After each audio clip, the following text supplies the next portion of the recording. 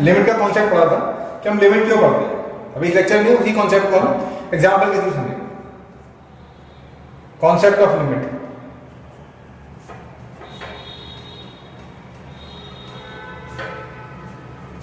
Example, let's see, suppose एक function है y is equal to F X is equal to X square minus one upon X minus one. हमको at x is equal to one check करना है कि किसी function की value exist करती है या लिमिटिंग वैल्यू निकालेंगे वगैरह। लेट्स सी, अगर मैं आपसे कहूँ x is equal to one put कर दूंगा, at x is equal to one, y is equal to f of one is equal to one square minus one upon one minus one, so that is zero upon zero आता है। ये zero upon zero जो होता है इसको indeterminate form बोलते हैं, नाम होता है इसका, प्रॉपर नाउन है इसका, इंडिटरमिनेट फॉर्म, इंडिटरमिनेट फॉर्म। ठीक, जैसे किसी का नाम होता है राम, लक्ष्मण, सीता, भरत, तो ऐसे इस जीरो अपॉन जीरो जो ये फॉर्मेट है इसका नाम है इंडिटरमिनेट फॉर्म। ठीक है, मैथ्स में क्या होता है, मैथ्स में डिनोमिनेटर में जीरो अलाउड नहीं होता, ये डिनोमिनेटर है। तो मैथ्स में डिनोमिनेटर में जीरो इट इज अ मतलब कानून के खिलाफ है, मैथ्स के कानून के खिलाफ है। Maths doesn't allow zero in the denominator. तो जो भी चीज जीरो में डिनोमिनेटर आ गया तो वो अनएक्सेप्टेड फॉर्म होती है। तो एक और फॉर्म जैसे जनरली बोलते हैं कि लैम्डा अपॉन जीरो बोलते हैं, where lambda belongs to real number. In case lambda is equal to zero तो it will become zero upon zero. तो इसका नाम हमने बताया इनडिटरमिनेट फॉर्म होता है। Indeterminate form. और लैम्डा का जीरो के अलावा कुछ और है, lambda belongs to R minus zero, कोई भी कांस्टेंट है that implies constant upon zero. तो इसको हम बोलते हैं not defined form, not defined form. ठीक है, इसके सिंबल से प्रेजेंट करते हैं इन्फिनिटी। ठीक है, इस सिंबल का नाम होता है इन्फिनिटी। ये कोई वैल्यू नहीं है, ये नाम है, प्रॉपर नाउन है। लेटा हुआ 8 बना हुआ है, 8 बनाया है लेटा हुआ, तो इसको इन्फिनिटी बोलते हैं। तो ये जीरो सी अपॉन जीरो जो फॉर्म होती है नॉट डिफाइंड फॉर्म, इसको रिप्रेजेंट करने का एक सिंबल है। जैसे और भी सिंबल होते हैं, जैसे एक सिंबल है ये लैम्डा, इसको लैम्डा बोलते हैं, लैम्डा। ठीक है, एक ऐसे सिंबल होता है इसको गामा बोलते हैं, गामा। एक सिंबल होता है ऐसे, इसको अल्फा बोलते हैं। एक सिंबल होता है ऐसे, इसको बीटा बोलते हैं।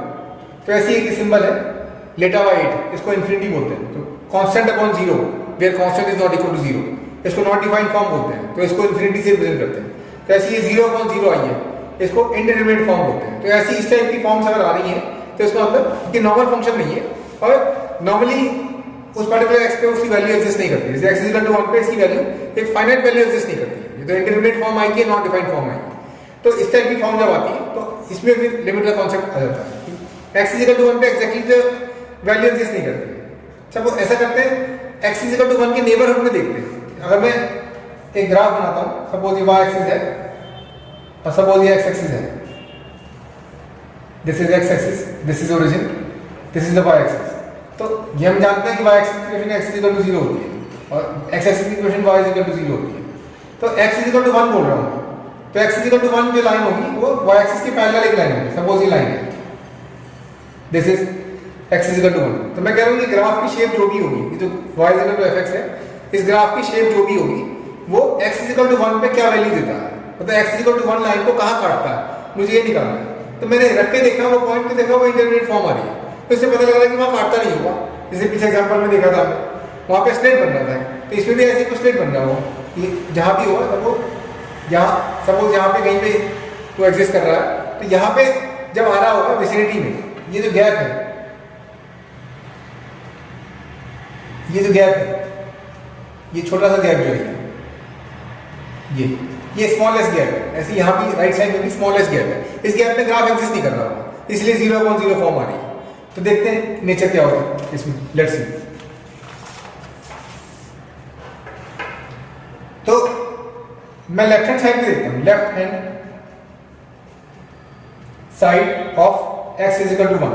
तो एक पॉइंट लेता हूं x इज इक्वल टू 0.9, उस पर y निकालता हूं, y इज इक्वल टू 0.9 का स्क्वायर माइनस 1 अपॉन 0.9 माइनस 1, क्योंकि fx क्या है मेरा, y is equal to fx is equal to x square minus 1 upon x minus 1 है। तो मैं रख के देखता हूं, x को 0.9 पुट किया, ये x इज इक्वल टू 1 पे तो नहीं है, 1 के लेफ्ट साइड में h एच यूनिट समय में, एच यहाँ पे क्या है, तो 11 की लेफ्ट साइड में 0.9 एक नंबर ले लिया मैंने, तो 0.9 का स्क्वायर -1 दैट इज 0.81 -1 अपॉन -0.1 आएगा, तो ये बन जाएगा -0.19 अपॉन -0.1, तो ये माइनस से माइनस कैंसिल हो गया और ये नेट 1.9 आता है। तो x इज इक्वल टू 1 पे, x इज इक्वल टू 0.9 पे जो y आता है वो 1.9 आता है। वैसे ही आप x इज इक्वल टू 0.99 लेके देखो तो y उसका आएगा 0.99 का स्क्वायर -1 अपॉन 0.99 -1, तो 0.99 का स्क्वायर जो होता है वो 0.9801 होता है, -1 अपॉन 0.99 -1, तो ये वैल्यू आएगी अप्रोक्सीमेटली 0.0199 माइनस का अपॉन -0.01, तो दैट इज सॉल्व करेंगे इसको तो 1.99 आ जाएगा। अब देखिए x इक्वल टू 0.9 पे वैल्यू आएगी 1.9, 0.99 पे आइए 1.99, तो ऐसे ही अगर मैं x इक्वल टू 0.999 लूंगा तो उस पे y जो आएगा वो 1.999 आएगा। ऐसे x इक्वल टू 0.9999 ले लेता हूँ, उस पे y जो आएगा वो करके दिखना है, कैलकुलेट करके 1.9999 नहीं आएगा, जैसे मैंने 0.9 में 0.99 पे करके दिखाया आपको, तो ऐसे ही अगर आप 0.999 पे भी करके देखोगे और 9999 पे करके देखोगे वैल्यू सही आएगी। तो ऐसे ही अगर मैं बहुत सारी ले लूँ x equal to 0.999 and so on, तो उस पे y आएगा 1.999 and so on up to 9, ठीक है।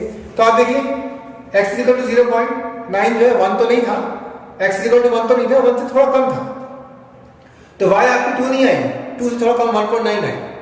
अगर आपने x इक्वल टू 0.99 लिया तो 1 के थोड़ा और करीब आ गया लेफ्ट साइड से, 0.9 के करीब था, 0.99 और करीब हो गया 1 के, तो y जो वैल्यू y की आई 1.99 आ गई, पहले 1.9 आ रही थी अब 1.99 आ गई, तो 2 के और करीब आ गई। फिर आपने x इक्वल टू 0.999 ले लिया तो 1 के और करीब हो गया, 0.99 के मुकाबले और भी ज्यादा करीब हो गया 1 के, तो y की वैल्यू 1.999 आ गई, पहले 1.99 आ गई, तो ये इसके मुकाबले और भी ज्यादा करीब आ गई 2 के। फिर आपने x इक्वल टू 4.9 ले लिया 0.9999, तो y भी y इक्वल टू 1.9999 आ गई, यहाँ पे 3 बार 9 था, यहाँ पे 4 बार 9 आ गया और 2 का क्लोज हो गया। आपने x इक्वल टू बहुत सारे 0.999 ले लिए तो y भी y इक्वल टू 1 बहुत सारे 0.999 आ गई। तो जैसे जैसे आप लेफ्ट साइड से x इक्वल टू 1 के करीब पहुंच रहे हैं तो y की वैल्यू भी नीचे से 1.9 से लेकर 2 तक करीब पहुंचे, 2 के करीब पहुंचे। तो एग्जैक्टली x इक्वल टू 1 पे तो वैल्यू एग्जिस्ट नहीं करती है, पर x इक्वल टू 1 के नेबरहुड में लेफ्ट साइड में y की वैल्यू जो gx है वो एग्जिस्ट करता है।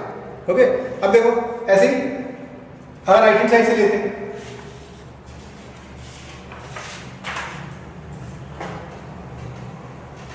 राइट हैंड साइड अगर x इज इक्वल टू 1.1 ले लो, y यहां वापस लिख देता हूं मैं, y is equal to fx is equal to x square minus 1 upon x minus 1 था, तो x इज इक्वल टू 1 नहीं लेता मैं, 1 के बाद राइट में ले लेता हूं 1.1, उस पे y निकालता हूं, तो 1.1 का स्क्वायर माइनस 1 अपॉन 1.1 माइनस 1 आएगा, दैट इज 1.21 माइनस 1 अपॉन 0.1 आएगा, that is 0.21 upon 0.1, that is 2.1 आ रहा है, y is equal to x is equal to 1.1 में, ठीक है, तो 2.1 आ गया।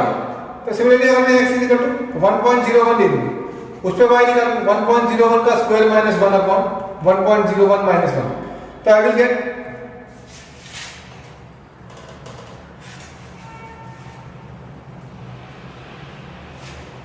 1.0201 minus 1 upon 0.01, so that is 0.0201 upon 0.01, that is 2.01.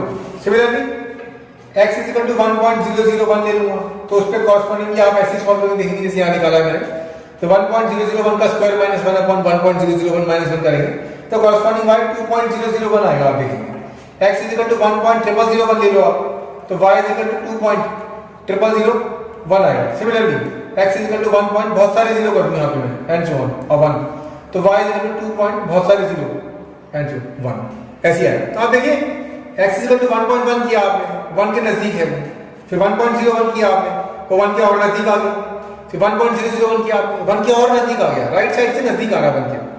x is equal to 1.001 किया आपने वो 1 के बिल्कुल ही सट गया, 1 तो नहीं हुआ 1 के सट गया बिल्कुल, फिर आपने ये ले लिया बिल्कुल ही माइन्यूट स्मॉल h चाहिए 0.00001 जो है स्मॉल h चाहिए, ये बिल्कुल ये बाजू में आ गया 1 के x is equal to 1 के, तो y भी 2 के बाजू में आ गया।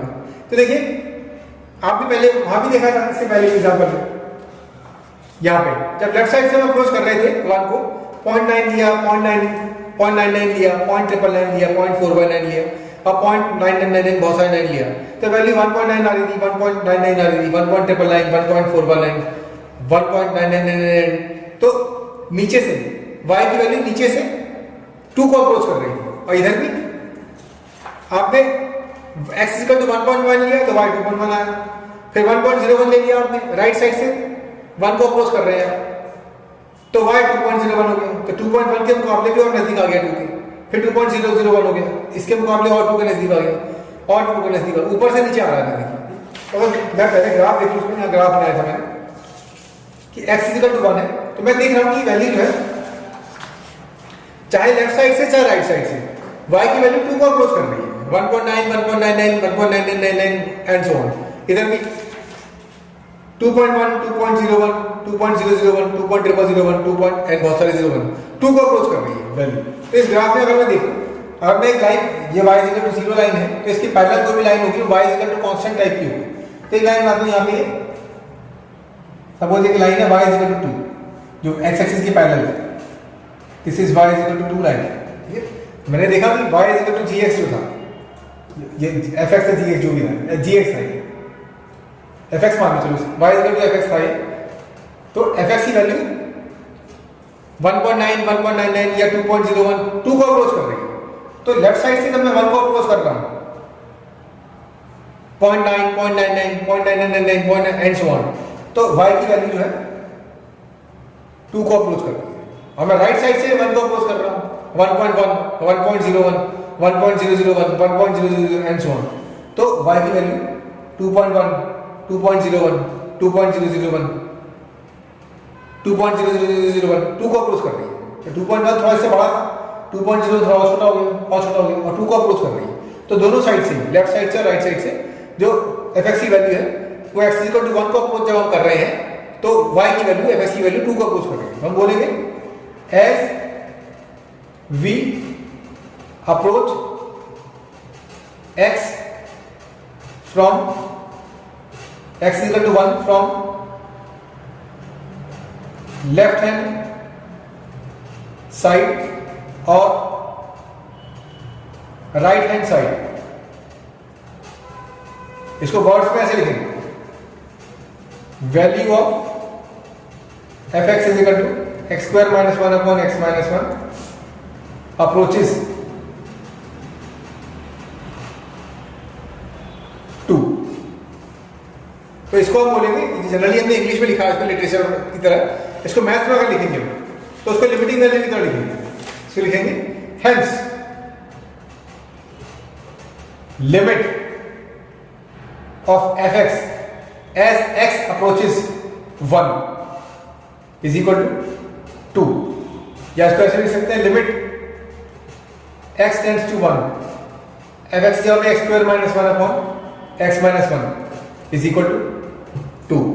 हमने देखा कि लेफ्ट साइड से और राइट साइड से दोनों तरह से ये वैल्यू 2 को अप्रोच कर रही है। और हम यहां पे देखेंगे, इसको हम लिख सकते हैं कि limit x tends to 1 minus fx is equal to limit x tends to 1 minus x square minus 1 upon x minus 1 is equal to 2। Similarly यहां भी लिख सकते हैं, जैसे यहां पे था कि limit x tends to 1 plus fx is equal to limit x tends to 1 plus x square minus 1 upon x minus 1 is equal to 2।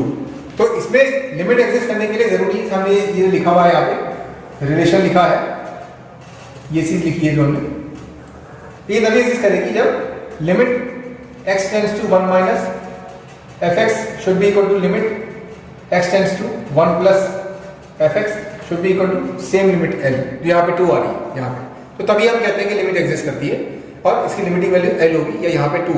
अच्छा, ग्राफ हमने पीछे देखा, जनरल ग्राफ इसका इस तरह का होता है, जनरली हम बनाते हैं कि लेफ्ट साइड से और राइट साइड से अप्रोच करते हैं एक पर्टिकुलर वैल्यू को हम, तो वैल्यू y की एक पर्टिकुलर वैल्यू को अप्रोच कर रही है, तो उसको हम लिमिटिंग वैल्यू बोलते हैं, जिसमें एग्जैक्ट वैल्यू एग्जिस्ट नहीं करती है। फंक्शन की exact value x equal to 1 पे एग्जिस्ट नहीं करेगी, लेकिन लिमिटिंग वैल्यू एग्जिस्ट करेगी। तो इसको जो है, ये जो हमने लेफ्ट साइड से निकाला है ये वाला वैल्यू, इसको हम लेफ्ट हैंड लिमिट बोलते हैं, लेफ्ट हैंड लिमिट, या फिर शॉर्ट फॉर्म में LHL बोलते हैं इसको। और जो या इसको हम लेफ्ट टेंडेंसी बोलते हैं, लेफ्ट टेंडेंसी। और ये जो निकाला है राइट साइड वाला हमने, ये जो निकाला है इसको हम ये वाला जो इसको हम राइट हैंड लिमिट बोलते हैं, राइट हैंड लिमिट, और शॉर्ट फॉर्म में RHL बोल देते हैं, या फिर इसको राइट टेंडेंसी बोल देते हैं, राइट टेंडेंसी। तो दिस इज द रीजन कि हम लिमिट क्यों पढ़ते हैं। तो this is the concept of limit. Okay, next lecture में हम और पढ़ेंगे कि इसमें थ्योरी थोड़ी सी और होती है कि जनरली लिमिट तभी एग्जिस्ट करती है जब लेफ्ट हैंड लिमिट और राइट हैंड लिमिट इक्वल होते हैं, तो एग्जिस्ट करती है। तो अगर एग्जिस्ट नहीं करेगी तो क्या क्या केस होंगे, कब लेफ्ट हैंड लिमिट और राइट हैंड लिमिट बराबर नहीं होंगे या एग्जिस्ट नहीं करेंगे, तो आने वाले लेक्चर्स में वो पढ़ेंगे। आई होप अभी आपको लिमिट का जो कॉन्सेप्ट है वो क्लियर होगा कि हम लिमिट क्यों पढ़ते हैं। That is all for this lecture.